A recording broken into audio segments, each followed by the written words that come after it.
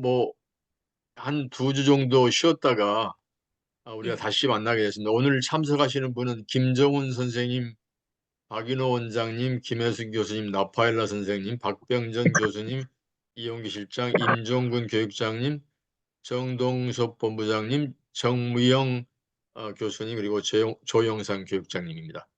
오래간만에 왔는데 반갑고요. 제가 최자영 교수님을 소개해드리고 바로 시작하겠습니다. 이미 제가 보내드린 걸 참고하시면 될 텐데, 최자영 교수님은 부산 애국어대학교 교수로 정년 퇴임을 하셨어요. 부산 애국어대학교로. 지금 현재는 한국애국어대학교 겸임교수로 계십니다. 현재는요. 근데 이제 나이가 좀 있으신데도 불구하고 아주 정력적으로 활동을 하고 계셔요. 뭐 글도 많이 쓰시고 뭐 연구도 많이 하십니다. 박사학위가 2개가 있어요. 그리스 이완이나 대학교에서 역사 고고학으로 박사 학위를 받으셔서 부산 애국어대학교에서 서양사 교수를 하셨습니다. 그리고 그리스 이완이나 대학교에서 의학 박사 학위를 받으셨어요. 그러니까 참 좀 특이한 학력이죠, 그죠? 그러니까 역사 고고학 박사와 의학 박사 학위를 받으셨고, 또 하나 제가 최근에 알았는데, 또 한국방송통신대학교에서 법학으로 석사를 마치셨죠. 예, 예, 예. 하여튼 뭐 공부를 여러 가지를 하신 우리 최장 교수님이십니다. 오늘 잠깐만 제가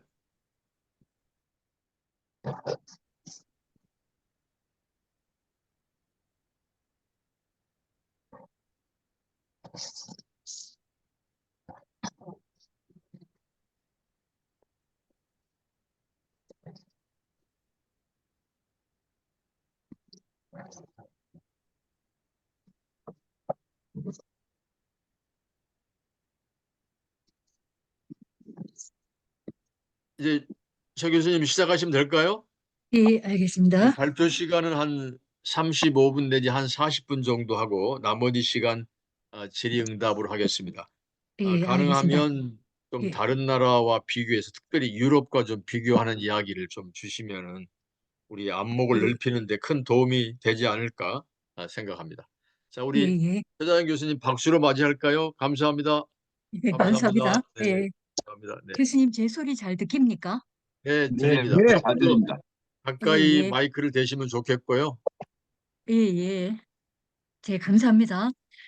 금방 제가 소개를 받았는데요. 제가 의학 박사를 하게 된 것은 제가 교수 임용을 받지 못해서 포항공대 연구원으로 있었거든요. 거기에 있으려고 하니까 뭐 과학을 해야 되겠는데 하다가 보니까 의학을 하게 됐고요. 그래서 의과대학 박사를 한 15년, 거진 17년, 18년 만에 땄는데 그 하러 갔더니 그쪽에 그 교수님들이 너는 학위 모으는 게 취미냐 이렇게 조롱을 하셨어요. 그런데 그 법학은 왜 하게 됐냐 하면 지금으로부터야 그게 벌써 15년이 됐는데요. 제가 그 경찰, 검찰 이런 그 하고 문제가 있어가지고 싸우다 보니까 변호사도 도움이 되지 않고 이게 모두 다 거짓말을 시키고 하는 거예요. 그래서 제가 직접 배워서 해야 되겠다. 이렇게 시작을 한 것이 부산에서 방송통신대학 학사를 하고 그 회화동에서 서울에서 석사를 마쳤습니다. 그래서 공부하는 게 취미가 아니라 어떻게 하다 보니까 할 수 없이 그렇게 된 거라 저도 네. 우리 시대의 식물이다 이렇게 그 이해를 해주시면 될 것 같고요. 오늘은 의료계에 대해서 제가 말씀을 드리는데 고전에 제가 그리스에서 공부를 했어요. 근데 난민들이 유럽을 향해서 오는데 다른 나라에서는 들어오면 막 쫓아내는데 그리스는 이 사람들을 좀 받아들여 주는 거예요. 왜냐하면 먹을 게 좀 많아요. 식량이 자급자족이 되기 때문에 이렇게 먹을 게 귀한 독일이나 이런 북부 유럽하고는 좀 인심이 다른 것 같아요. 그런데 이 난민들이 딱 들어오면 그리스에서는 세 가지를 그 공비, 이 공공선 거버넌스잖아요, 우리가. 공공재. 그러니까 공공의 기금으로 난민들을 기본적인 거를 지원을 해요. 근데 그 지원을 어디에서 하냐면 우리나라 같이 국가에서 예산을 짜고 편성하는 게 아니라 그리스에서는 기본적으로 예산은 각 지역에서 지방 정부가 짜고 그리고 중앙으로 올리면 중앙에서는 각 지방 간의 균형을 맞춰주는 역할을 하게 되는 거예요. 그래서 난민들을 지원하는 것은 지방 정부입니다. 왜냐하면 지방 정부에서 예산을 짜기 때문에 그런 거예요. 뭘 지원해 주냐면 세 가지인데요. 교육, 주거, 의료. 이거를 무료로 지원을 해요. 그러니까 지방 정부에서 공짜로 교육시켜주고 거주를 집이죠. 살 집을 확보해주고 의료를 무료로 지원하는 거예요. 이것이 인간이 생존하는 데 있어서 가장 기본적인 것이다. 이렇게 생각하는 거예요. 먹는 거는 어떻게 하냐? 먹는 거는 그 하루에 두 끼씩 어디를 가도 먹을 수가 있어요. 정부에 돈이 없어도 그리스에서는 길바닥에 거지가 굶는 일이 없어요. 뭐 어디 고아원이나 성당이나 교회나 어디를 가도 하루에 두 끼씩 먹을 수가 있는 거예요. 그럼 그 돈이 어디에서 나오냐? 정부에서 나오는 게 아니에요. 정부에서는 물론 그리스 정교회, 이 정교회는 국가기관입니다. 교육부의 소속이에요. 그래서 그리스에서는 교육부를 우리 과학기술부 이렇게 얘기하지 않고 종교교육부, 교육종교부라고 얘기를 해요. 그러니까 그 그리스 정교회인데요. 정교의 기본 움직이는 경비는 공공재로 커버가 되고 그리고 난민들이나 가난한 사람들 먹이는 것은 민간이 조달을 하는데 어떻게 조달을 하냐면은 사람이 죽으면 그 구조돈을 죽은 사람 집에 주지를 않고 자기가 생각하는 자율적으로 자기가 생각하는 공공재단으로 보내는 거예요. 그래서 그 돈을 받아가지고 그 운영을 하는 거예요. 먹을 게 있고 그 집이 해결되고 교육이 해결되고 그리고 의료가 해결된다. 병원에 가면 공짜예요. 자, 그래서 이런 그 바탕에서 시작되지 않으면 오늘 얘기가 굉장히 그 비현실적인 것 같이 느끼는데요. 유럽에서는 영국뿐이 아니라 프랑스도 병원 가면 공짜, 그리스도 그렇고요. 독일도 이제 그런 데 준하는데 독일은 제가 듣기로 조금 다르긴 하지만 독일은 이 공공병원 아닌 그 개인 병원도 음, 봉급제 같이 일정한 수준에까지 소득이 생기면 그는 자기께 되는데 그 이상의 수입이 들어오면 거기에 세금 폭탄이 떨어지는 거예요. 그러니까 준봉급제다. 이렇게 얘기할 수가 있어요. 그러니까 의사들이 일정한 봉급에 달하는 돈을 벌고 그 이상 번 거는 수고만 하고 자기에게 손에 떨어지는 이득이 없는 거예요. 차라리 문을 닫는다. 그 독일에는 오전에 그 진료를 보고 오후에는 문 닫고 집으로 가는 거죠. 여가를 즐기는 거예요. 왜냐면 많이 벌어봐야 지도는 안 되니까. 그래서 이번에 독일에 우리나라에서 2천 명 들린다고 난리가 났는데요. 이 독일에서 제가 지금 기억하기로 5천 명인가 뭐 의사 늘린다고 그랬는데 반발이 없어요. 왜냐하면 늘려도 괜찮은 거예요. 왜? 의사의 수와 관계없이 자기의 수입은 일정하기 때문에 그래서 아무런 반발이 의사로부터 일어나지 않는다. 제가 말씀드리는 것은 의료를 통해서 절대로 부를 축적할 수가 없다는 것이죠. 돈벌이 하려면 의사가 되는 것이 아니라 딴 길로 나아가야 되는 네. 라는 최 거예요. 교수님 잠깐만요. 그래서 슬라이드를 예. 보면서 좀 해 주시면 어떨까 싶습니다. 예, 여기서 발표 요지를 소개하겠는데요. 오늘 말씀드리는 거는 요게 다예요. 그래서 혹시 시간이 모자라게 되면 이 PPT를 올려놨기 때문에 읽어보시면 되는데 가장 중요한 거 몇 가지만 소개를 하도록 하겠습니다.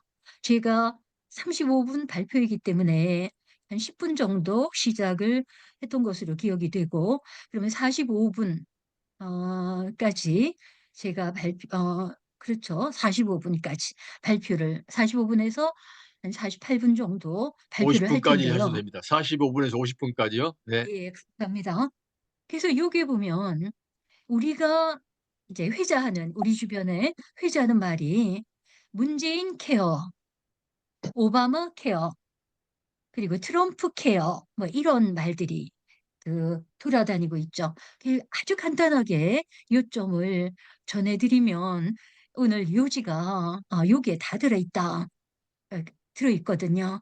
그래서 문재인 케어가 뭘 했냐면 이런 걸 했어요.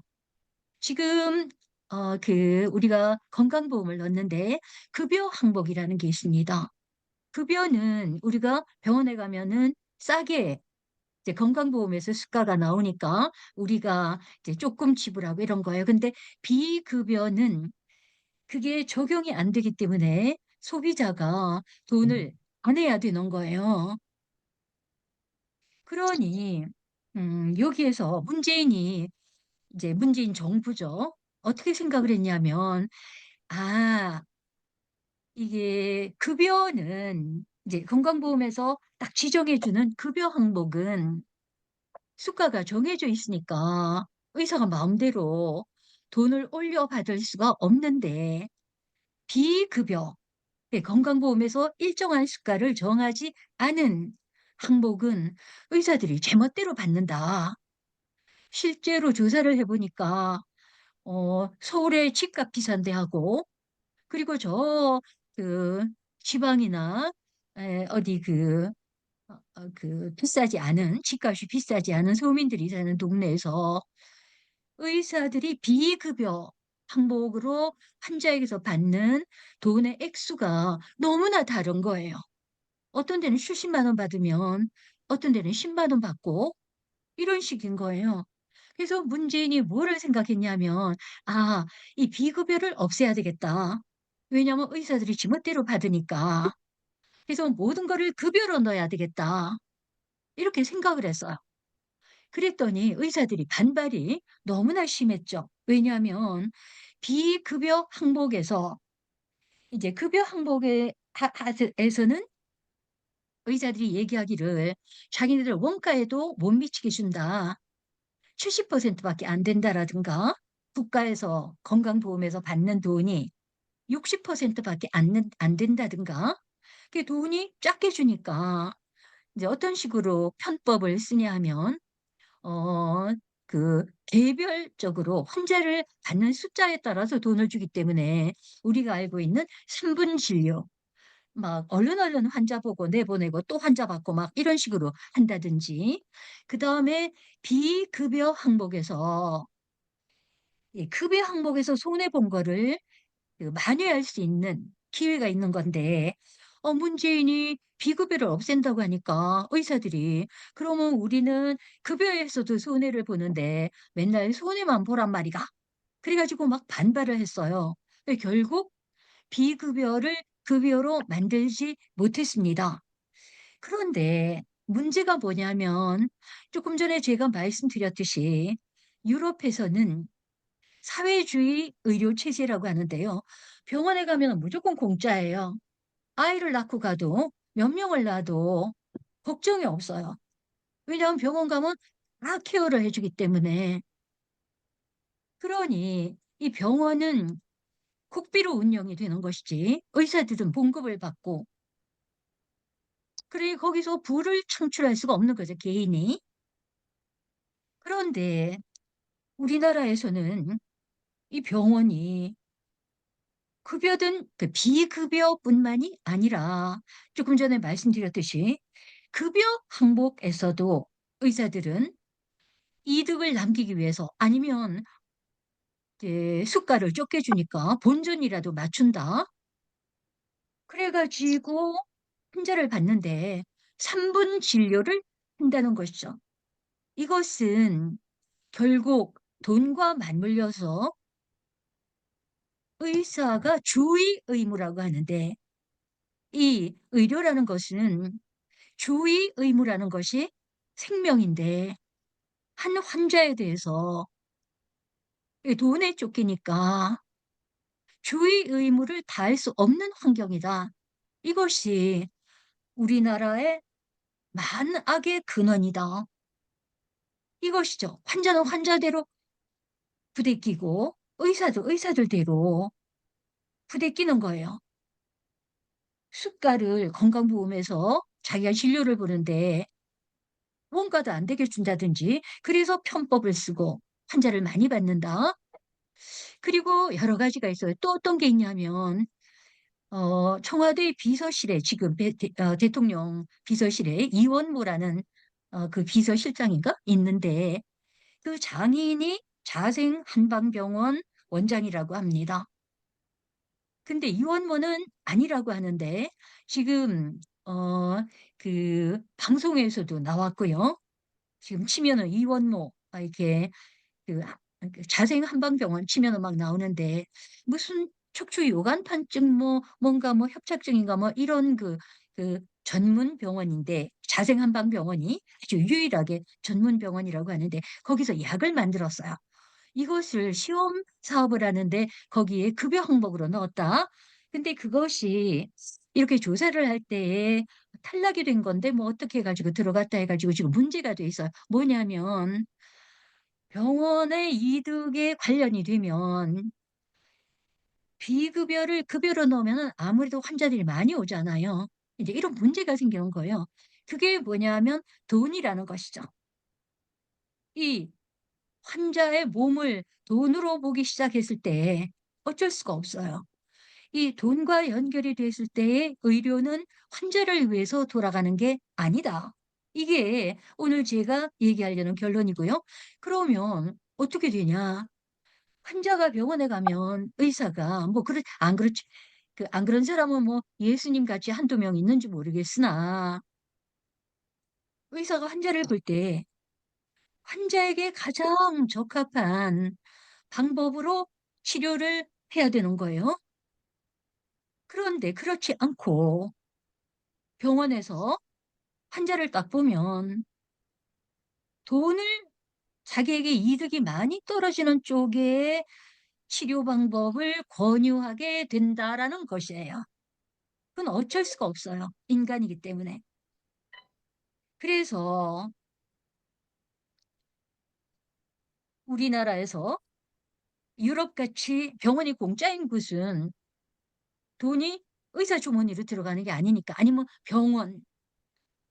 그러니까 그냥 뭐 환자를 위해서 뭐 여러 가지 할 수가 있겠고 하는데 우리나라는 절대 그렇지 못하다. 의사는 환자를 위해서가 아니라 가능한 한 자기에게 이득이 많이 나는 방향의 치료 방법을 권한다. 이것이죠. 그럼 결국 어떻게 되느냐 하면 약물을 쓰거나 필요 없는 수술을 하게 돼요. 그러면 그게 급여 항목일 때에 떨어지는 돈이 건강보험에서 나오니까 그러면 어떻게 되냐면 이 몸이라는 것이 그 치료라는 것은 이제 우리 몸이라는 것은 약물이나 수술 이거는 부득이할 때 써야 되는 것이고 가능한 한 몸이 저항력이 있고 자연 치유력이 있기 때문에 이거를 이용해서 치료를 해야 되는데 자연 치유를 전혀 할 수가 없어요. 왜냐면 제약회사, 약을 팔아야 되고, 그리고 그 처치를 함으로써 필요 없는 수술도 막 하게 되고, 그 어떤 사람은 병원 가면 막 맹장띠가 나오고, 예, 제 주변에도 너무나 억울하다고 하는데, 그것도 편법으로 환자에게 겁을 줘가지고 수술을 한다든지, 이제 이런 식이 되는 것이죠. 그러면 어떻게 되냐? 이제 우리나라는 이제 그런 시스템이다. 의료가 돈과 연결이 되기 때문에. 이게 지금 의사 숫자를 가지고 이렇게 의사들이 죽으라고 못 늘리게 하고 2,000명이 문제가 아닌 거예요. 문재인 때는 450명인가 뭐 늘린다고 그래도 한 명도 못 늘린다고 파업을 막 들어가고 막 한다고 했고, 그래서 결국은 지금까지 18년 동안 의대 증원을 한 명도 늘리지 않았다. 이런 데가 한국밖에 없다는 것이죠. 그런데 OECD 자료에 따르면 한국의 의사들의 보수가 OECD에서 거진 최고 수준이고, 그리고 그 의사는 정년퇴직이 없고, 그런 안정된 경제적 수익을 위해서 최고의 수재들이 의대라고 하면 사족을 못 쓴다. 이런 것이 바로 의료가 이제 유럽에서는 그게 기본으로 무료로 공공재로 충당이 돼야 되는데 우리나라는 이 돈벌이 자본과 밀접하게 연관이 되어 있기 때문에 이런 현상이 나타난다는 것이고, 그러니까 중국에서나 다른 나라에서 우리나라에 성형수술 하러 오는 것도 이런 식의 바탕 위에서 기술이 고도로 발달되게 됐다. 네, 이런 말씀을 드립니다. 그래서 요게 하나고요. 문재인 케어의 문제점은 비급여 항목을 없애면 의사들이 마음대로 돈을 측정할 수가 없을 것이다. 이렇게 생각을 한 거예요. 문재인 케어가 생각하지 못했던 것이 뭐냐면 급여 항목도 이것도 편법으로 운영이 된다라는 것이었죠. 그 문재인 케어는 하려고 했던 비급여 항목을 급여로 넣지도 못했을 뿐 아니라 근원적으로 급여 항목 이거 자체도 운영이 잘못되고 있다는 거를 생각을 못했다. 이것이 가장 치명적인 허점이다. 그 허점은 의료 자체가 돈벌이와 연관이 되면 안 된다. 이런 점에 착안하지 못했기 때문이라는 거고요. 이게 하나. 그 다음에 또 하나 심각한 문제가 있는데요. 지금 윤 정부에 들어와서 고등학교 무상교육도 못마땅해서 국비가 뭐 거진 50% 나와야 그게 이게 고등학교 무상교육은 국비 약 40몇 퍼센트, 지방정부, 그다음에 교육청 이래가지고 합쳐가지고 고등학교 무상교육이 된다고 하는데 문재인이 국비를 거진 99% 잘라버렸다 그러더라고요. 그러니 의료와 교육과 주거는 공공재여야 하는데 그런데 윤석열 정부는 의료도 민영화, 더욱더 민영화하려고 하고, 교육도 공공, 성격을 없애려고 하고, 이제 이런 게 큰 틀에서 같은 방향으로 가고 있다는 말씀을 드리고요. 이 윤석열 정부가 모범으로 삼고 있는 것이 지금 많은 정부 관료들이 이명박 정부 사람들이 많아요. 그런데 이명박이 여러 가지를 했는데요. 의료와 관련해서 뭘 했냐면 2011년에 법을 만들어서 2012년에 시작한 한국의료분쟁조정중재원이라는 게 있습니다. 의료조정중재원이라고 제가 그 명칭을 정할 건데요. 2012년에 시작해서 지금 2024년이니까 12년 동안이에요. 12년 동안 이게 운영이 됐어요. 특징이 뭐냐면 우리나라 의사들은 진료를 하면 자기가 책임을 져야 되잖아요. 그러니까 문제가 생기면 의사가 무과실 입증을 해야 정상인 거예요. '아 내가 이런 진료를 했는데 이게 이렇게 근거가 있어서 저는 과실하지 않았습니다.'라고 해야 정상인 거예요.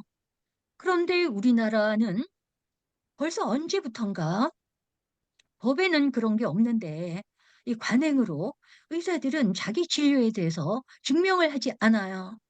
입을 딱 다물고 있는 거예요.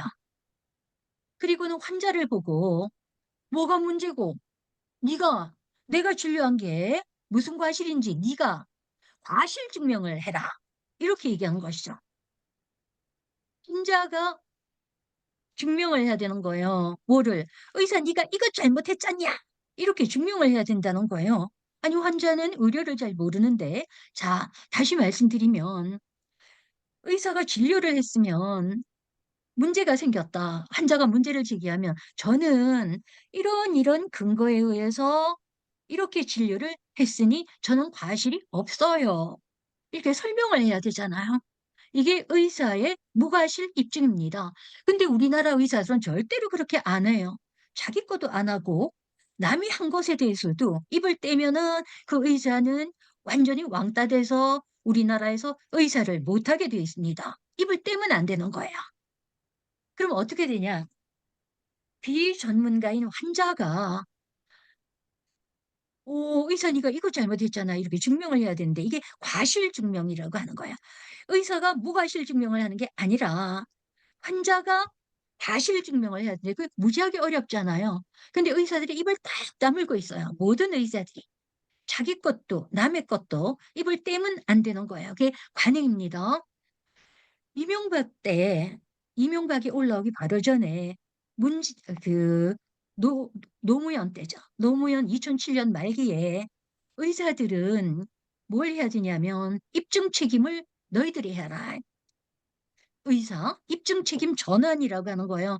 환자들 거를 의사들에게 돌려야 되는 것이죠. 그래 가지고 하는데 이명박이 딱 올라오더니 "야 귀찮게 뭐 나 전부 다 입증을 하냐. 때리치아라." 기관을 하나 만들어서 거기서 어 전문가들 불러 가지고 공정하게 어 전담하는 기구를 만들겠다. 이게 뭐냐면 의료조정 중재원인데 여기서 독점을 하기 시작했어요. 그러니까 환자들은 의사들한테 가면 입을 딱 다물고 있는데 딱 하나 감정서 얻을 수 있는 데가 어디냐면 서울에 의료조정 중재원이라는 데예요. 거기 가면 감정을 독점하고 조정을 독점하고 중재를 독점하고 독점 기구예요. 세상에 이런 데가 없어요. 감정과 조정은 다른 기관에서 해야 되는데 여기서는 모든 걸 한 손에 들고 있는 것이죠. 감정서가 딱 한 개가 나와요. 그거를 비교를 할 데가 없어요. 환자들이 마음에 들지 않아도 딴 데 가서 얻을 데가 없는 거예요. 이게 뭐냐면 의사들의 그 뭐겠어요. 감정서는 여기서 받고 저기서 받고 서로 의견이 충돌이 있으면은 그게 다툼이 있어야 되거든요. 일본에서도 그렇고 세상 어디에도 다. 그런데 이명박이 좋아하는 것은 뭐냐면 독점 딱 하나 만들어내는 거예요. 그래서 이것이 12 년째인데 환자들의 원성이 지금 하늘을 찌르고 있다. 의료조정 중재원 때문에. 그래서 제가 지금 딴 얘기를 해야 되는데 의료조정 중재원 보면 법이 있어요. 법에 서울에만 만드는 게 아니라 각 지역에 지부를 둘 수 있다. 이렇게 돼 있는데도 지부를 두지 않고요. 지금 부산이나 어디에 지부를 두세 개 두고 있는데 거기서는 감정을 못하게 금지를 시켰어요. 그러니까 지부에서는 감정을 못하게 돼 있어요. 혹시나 의견이 갈릴까 싶어서. 딱 하나 서울에 딱 한 군데에서 나오게 돼 있는 것이죠. 그래서 이것이 의사들의 주의 의무 이것을 더욱더 방기하게 만드는 것이다. 왜냐하면 의료사고 생기면 의사들은 입 딱 다물고 의료조정 중재원에서 감정서가 하나 나올 때는 로비하고 이제 이런 식이에요. 예 2개 감정서도 받지 못한다. 이런 게 문제가 되는 것이죠. 그래서 여기 지금 의대 정원 때문에 문제가 생겼는데요. 이거를 어떻게 해결할 것인가에 대해서 여야 의정이 모여가지고 방법을 찾겠다는 거예요. 여야는 위정자들이죠. 국회의원, 그리고 의사들과 정부입니다. 여기에 누가 빠졌냐면 명색이 주인이라고 하는 국민, 환자, 그 환자의 입을 완전히 셀로테이프로 딱 붙여가지고 입도 못 대게 하고 있는 거야. 그래서 시민단체에서 야, 시민도 참여해야 된다. 이렇게 얘기를 하면 그 시민단체 가운데에서 어용이 또 있어요. 그런 단체만 골라가지고 대표로 참가시킬 수는 있단 말이에요. 그런 것을 누가 하냐면 시민단체 참가시키다고 할 때 이 의대 증원뿐만이 아니라 뭐 개헌을 한다든지 이런 걸 할 때에는 시민단체 참가시키겠다 해요. 이런 것이 시민단체도 그 가운데서 개혁적인 성향이 아니라 이 어용 시민단체를 꺼내가지고 데려다가 이제 하는 이런 성향을 갖고 있다는 것이고 아예 여기에는 시민단체가 안 들어가 있어요. 지금 여야 의정 이것이 문제다. 왜냐하면 이렇게 환자들이 그 위정자와 의사들과 병원 있겠는 회자하는 말에 윤석열이 왜 2천 명 의대 정원을 들고 나왔냐 했더니 사실인가 아닌지는 모르겠는데 하나의 추측이 의사들하고 대형 병원이 또 이해관계가 다르다는 것이죠. 대형 병원, 아산, 뭐 삼성, 현대 이런 대형 병원이 지금 서울 영역에 6천 개의 병상을 늘리고 있다 하는데 병상을 늘리면 의사들이 더 필요하잖아요. 지금 있는 의사들을 가지고 하면 숫자가 모자라고 또 의사들을 데릴 때 돈이 또 많이 들게 되고 이제 이러니까 거기에 필요해서 2천 명이 나온 것이 아닌가 이런 말도 회자하고 있는 것이죠. 근데 지금 2천 명 늘린다고 하는데 병원 측에서는 의사들이 막 들고 나오니까 입을 못 대는데 병원 측에서는 그렇게 반발하지 않는다. 이제 이렇게 얘기를 하고 있는 거야. 그래서 이 의료 문제는 의료뿐만이 아니라 우리나라의 개헌 문제도 마찬가지예요.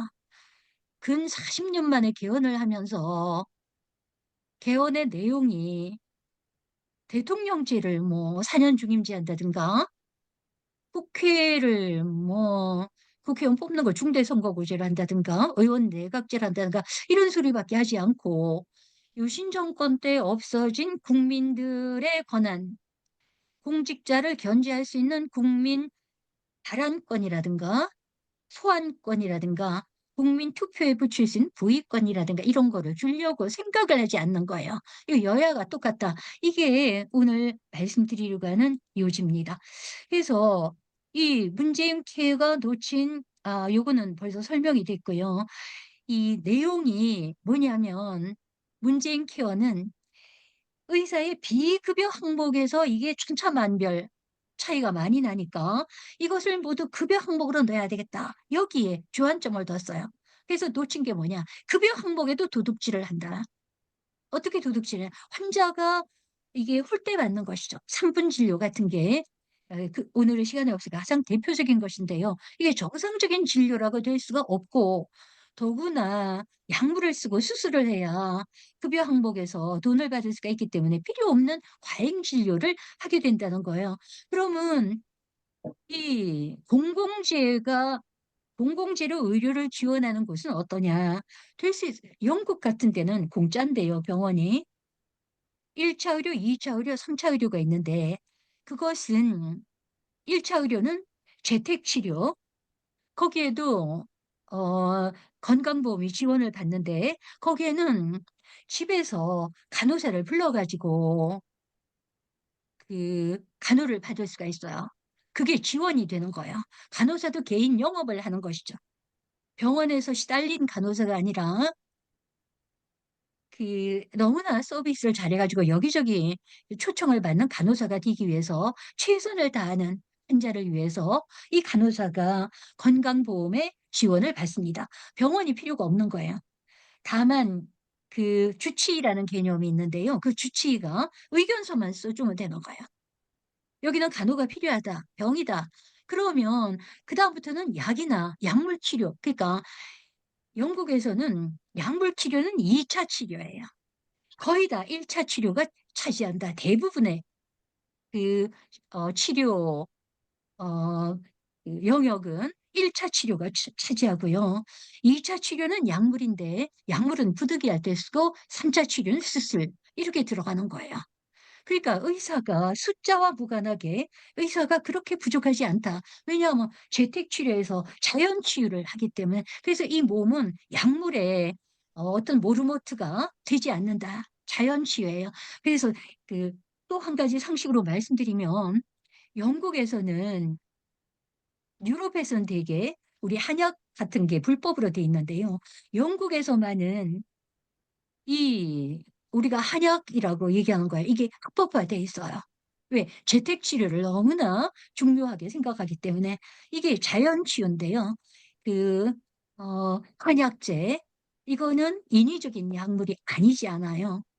그래서 영국의 치료는 국가에서 다 공짜로 해주는데 1차 치료, 재택 치료가 중심이 되고 그리고 그 치료는 어디에서 나오냐면은 바로 히포크라테스의 의학 철학에서 나온다 하는 거예요.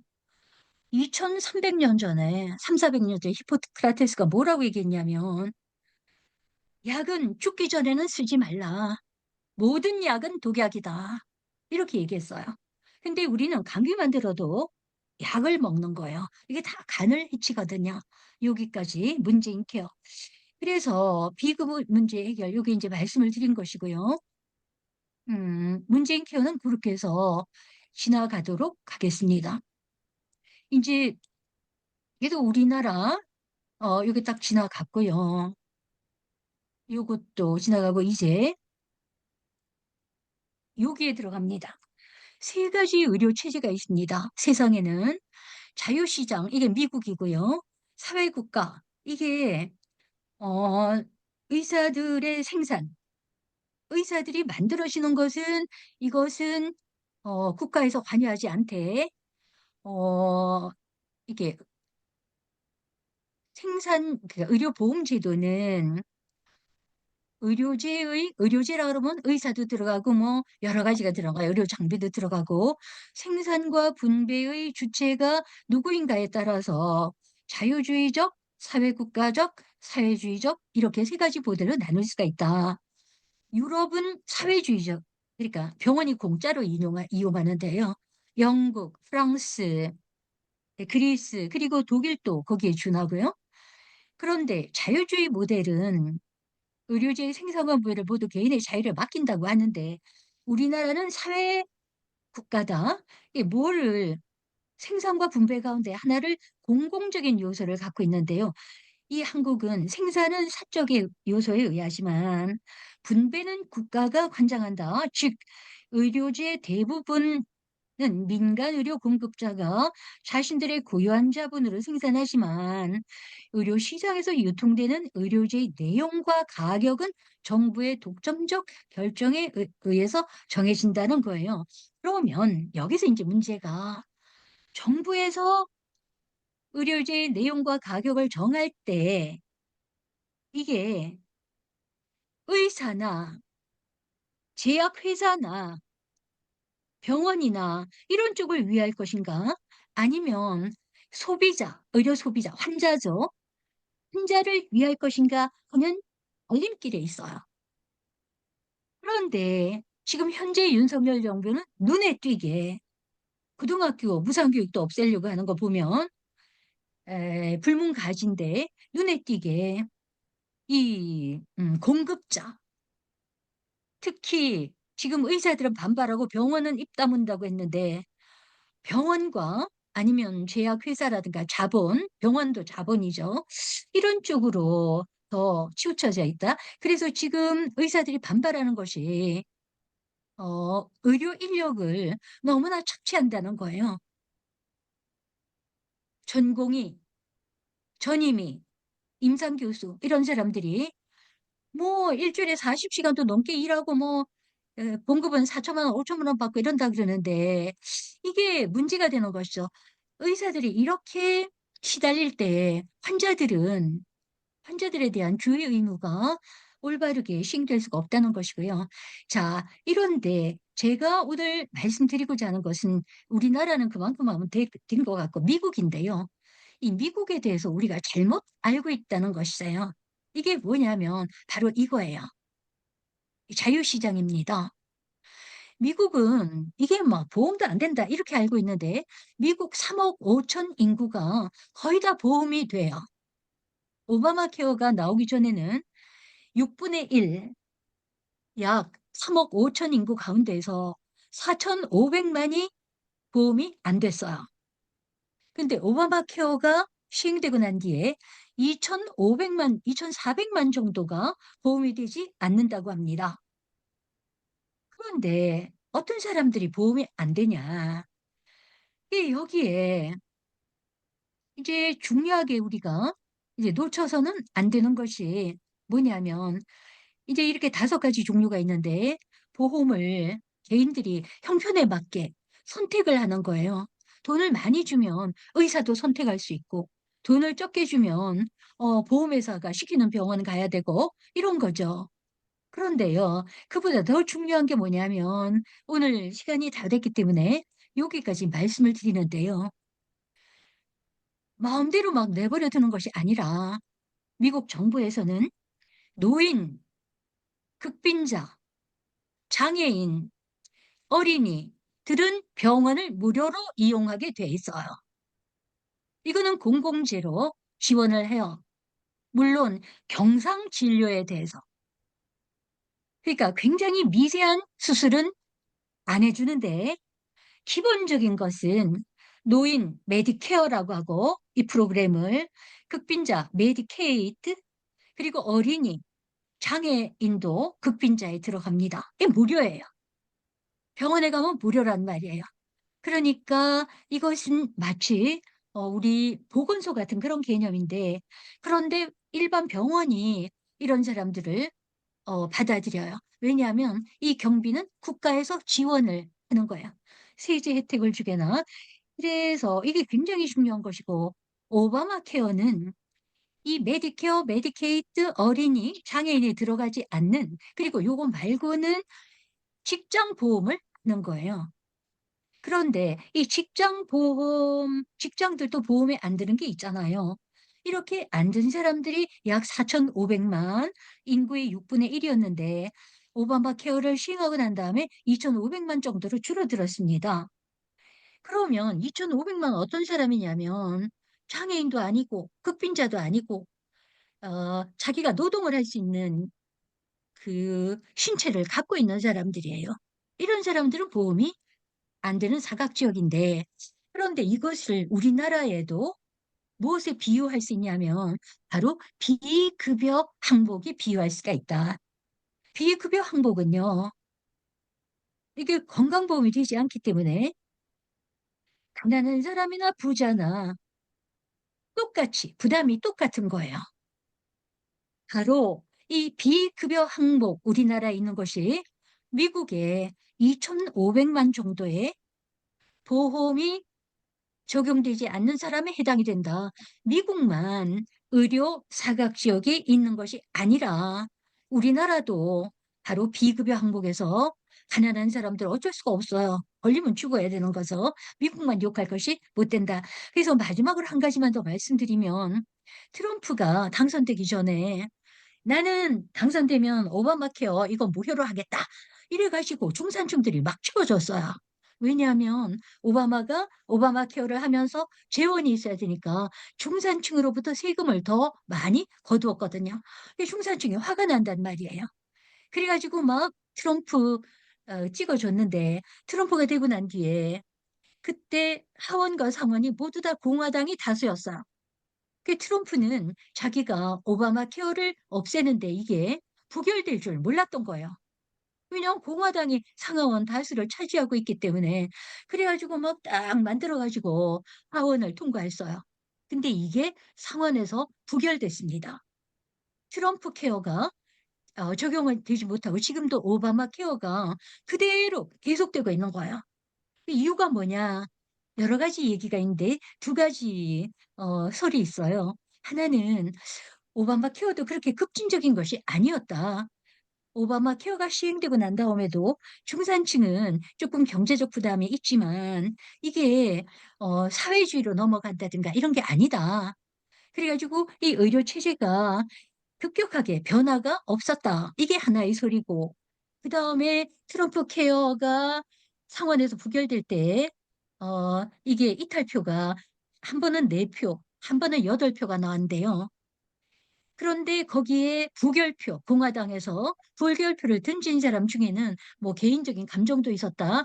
그래서 뭐 어떤 이름 잃어버렸는데 어떤 사람은 오바마가 트럼프가 미워 가지고 막 멀리 있다가 3,500 킬로미터를 막 비행기 타고 와 가지고 막 부결시키고 왔다. 뭐 이런 식으로 얘기를 해요. 어쨌든 지금 미국은 이 오바마 케어가 그대로 계속이 돼서 그 보험의 적용을 받지 못하는 사람은 3억 5천만 인구 가운데서 2,500만 정도다.